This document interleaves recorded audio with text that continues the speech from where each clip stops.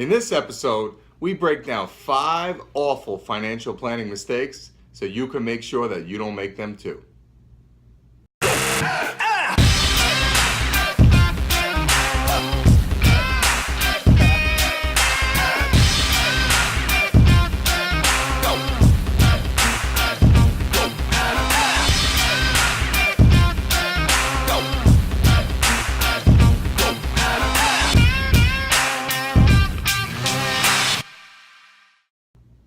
Hey everybody, I'm Mike Desepoli and this is episode 27 of the Ask the Advisor show. Today we're breaking down 5 awful financial planning mistakes so you can be aware and make sure you don't make the same mistakes too. The first one, and probably the most common with younger investors and people in the early stages of their career, is living paycheck to paycheck. Now look, we get it. Nobody sets out with a goal of living paycheck to paycheck. It's usually a byproduct of other circumstances, or maybe perhaps your income is just too low at this point in the early stages of your career to meet all of your expenditures. And there's a lot of inherent problems that come along with living paycheck to paycheck. Not having an emergency savings fund, increased levels of stress, trying to meet your bills every month. There's a lot of issues that arise, and obviously this is why it's so important to establish a savings habit, pay yourself first, so you can put enough money aside that in a little time you won't be living paycheck to paycheck, and will allow you to make better financial decisions as you move forward. The second awful financial planning mistake that we see people make is not using your money to make more money, okay? What that means is it's great to have savings, and we recommend that everybody have an emergency fund set aside for a rainy day. But if you have a surplus in savings, you have a lot of money in the bank or sitting on the sidelines, it would be a wise move for you to invest that money productively so that your money is earning and working hard just as you're working hard to earn that money. Leaving your money sitting in the banks at close to 0% interest, it doesn't even allow you to keep up with inflation, which means you're losing purchasing power every single year. So make sure you use your money to make more money, whether it's investing in the stock market, investing in real estate or rental properties.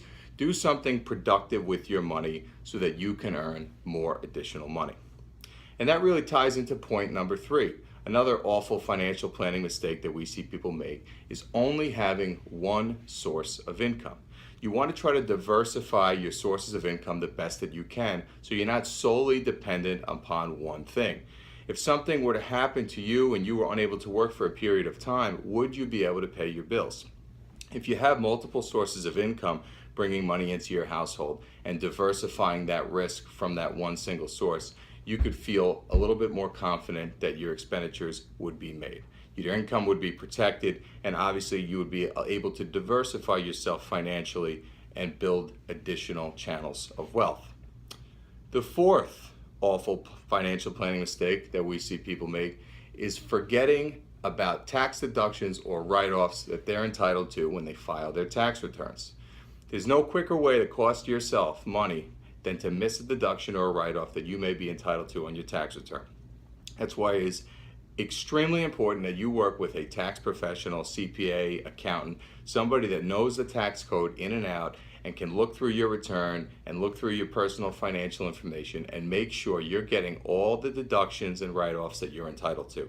You don't want to leave any money on the table, because you can bet that the IRS is not going to call you up and let you know that you missed a deduction that would have increased your refund. So make sure you get all the deductions that you're entitled to. And the fifth awful financial planning mistake that we see is people hanging around with the wrong crowd. If you hang around with people that have bad money habits, you are more likely than not to have poor money habits. Okay, they say we're a lot like the 5 people that we surround ourselves with. Keep that in mind as you look at some of the people that you hang out with. This is particularly for young people as you're growing up. You will likely mold into the financial habits of the people that you surround yourself with. So take good notice of the company that you keep, and make sure it's people that you aspire to be like financially, because they're showing you the way.